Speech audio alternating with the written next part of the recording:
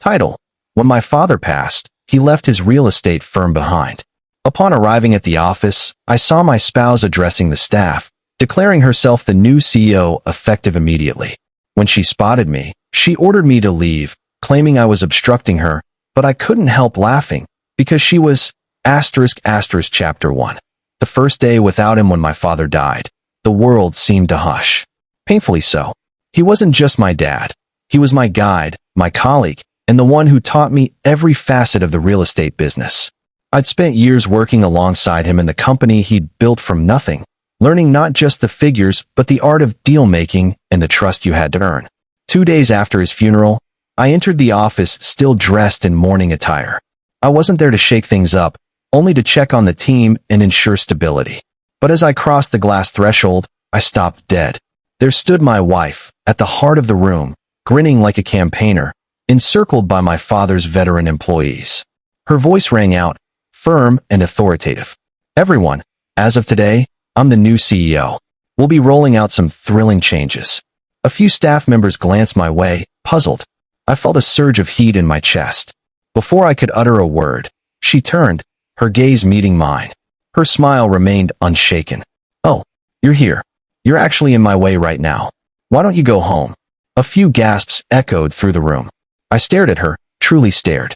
And instead of rage, something unexpected stirred. I laughed. Not a timid chuckle or a light-hearted one. A deep, authentic laugh that halted her mid-speech.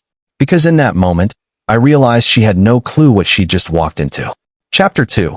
Fractures in the Mask. I met her 6 years ago, long before my father's health began to falter. Back then, she was captivating, driven, and always talking about being a dynamic duo, forging an empire together. Initially, I thought she relished the hustle as much as I did. Late nights at the office, industry events, taking calls at odd hours. But over time, I saw her ambition wasn't about creating something. It was about claiming it. She loved the perks, the prestige, the introductions. The effort? Not so much. When Dad fell ill, I was consumed with hospital visits and managing the company. She, meanwhile, began helping at the office, attending meetings she didn't grasp, winning over junior staff, probing about ownership structures, and voting rights. I dismissed it then, thinking she was just trying to be supportive. Now I see it was a calculated survey. What she didn't know, what almost no one knew, was that my father had revised the company's ownership papers 2 years prior.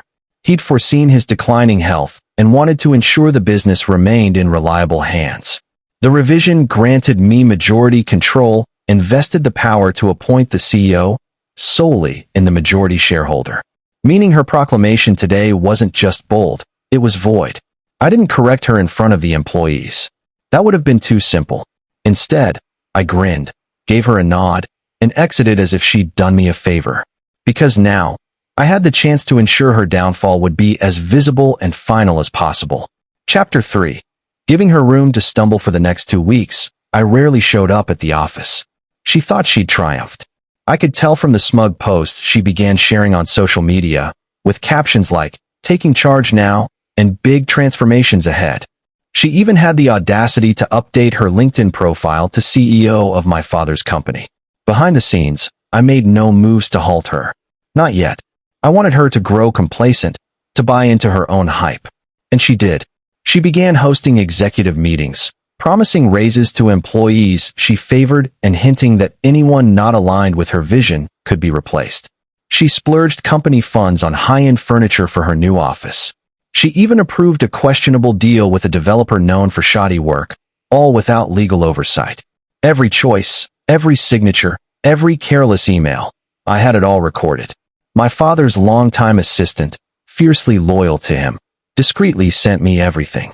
Meanwhile, my attorney prepared the decisive blow, evidence of unauthorized spending, violations of corporate governance, and conflicts of interest with the developer, all meticulously compiled in a file that would do more than oust her. It would bar her from ever stepping into a boardroom again. By the time I returned to the office, she was oblivious to the trap tightening around her. I found her in her office, lounging in the big leather chair, feet on the desk, talking loudly on the phone. When she saw me, she offered a smug little wave. "If you're here to visit, keep it brief. I've got deals to finalize." I smiled, pulled up a chair, and said, "Oh, don't worry. I'm here to finalize one myself." Chapter 4. The boardroom unveiling. I invited her to join me in the main boardroom, not privately, but with every department head present. The staff filtered in, some exchanging curious looks. My father's longtime assistant sat near the front, a faint grin tugging at her lips. My wife strolled in a few minutes late, clutching a coffee like it was a scepter. "All right, let's keep this short," she said, sinking into the chair at the head of the table. My father's chair. I remained standing. "Before we begin, I want to clarify some confusion about recent leadership shifts." She smirked. "There's no confusion. I've been leading the company for weeks now." I set a thick folder on the table with a heavy thud. "That's curious, because according to corporate law and this company's ownership documents, only the majority shareholder can appoint a CEO. And that," I said, sliding the top document toward her, "is me." The room fell silent. Her eyes darted to the notarized papers bearing my father's signature, dated 2 years prior. I continued. "Over the past month, you've authorized unvetted deals, misused company funds for personal expenses, and breached multiple governance rules. Here's the evidence: emails, invoices, and bank statements." Gasps rippled through the room as I opened the folder for all to see. Her voice rose. "This is absurd. You can't just—" I cut her off, my tone sharp as ice. "Effective immediately, you are removed from any role in this company. Security will escort you out, and our legal team will contact you regarding restitution for the funds you've misappropriated." 2 uniformed security guards entered the room. She looked around for allies, but the faces that once smiled at her now stared back in silence. Her smirk had vanished. Chapter 5. Her final desperate play. They escorted her out through the glass lobby, her heels clicking frantically against the marble, as if she couldn't decide whether to bolt or stand her ground. Outside, she jerked her arm free from security and turned to me, eyes blazing with spite.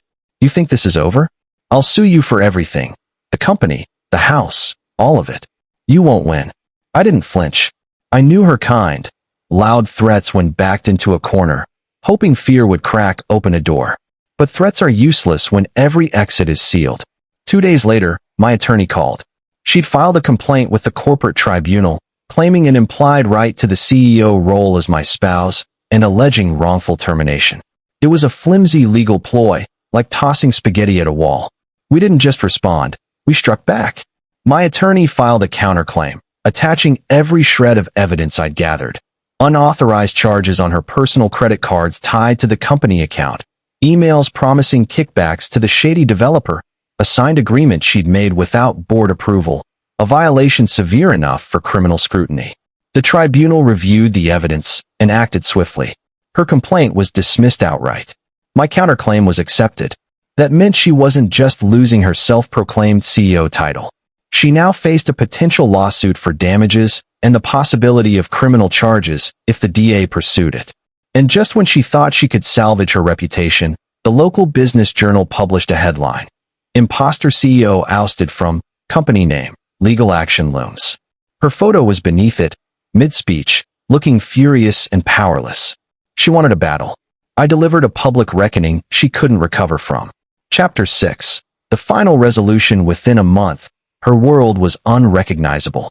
The tribunal's ruling allowed me to block any claims she had to the company's profits.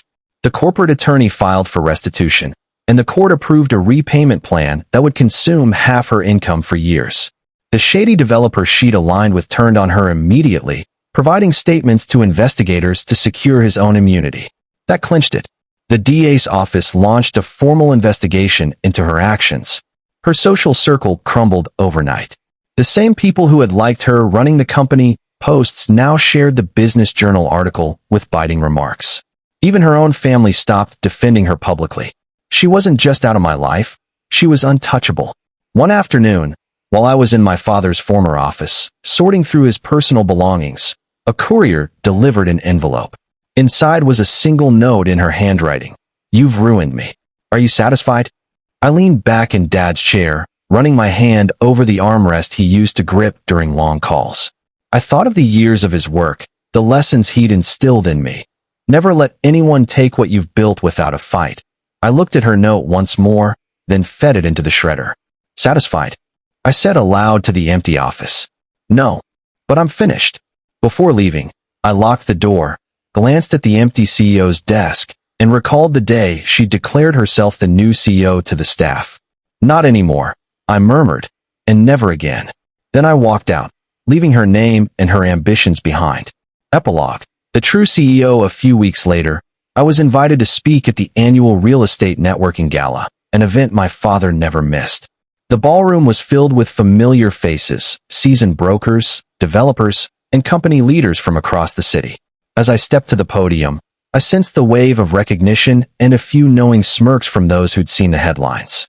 I spoke briefly about my father's legacy, our commitment to integrity, and the importance of safeguarding what you build.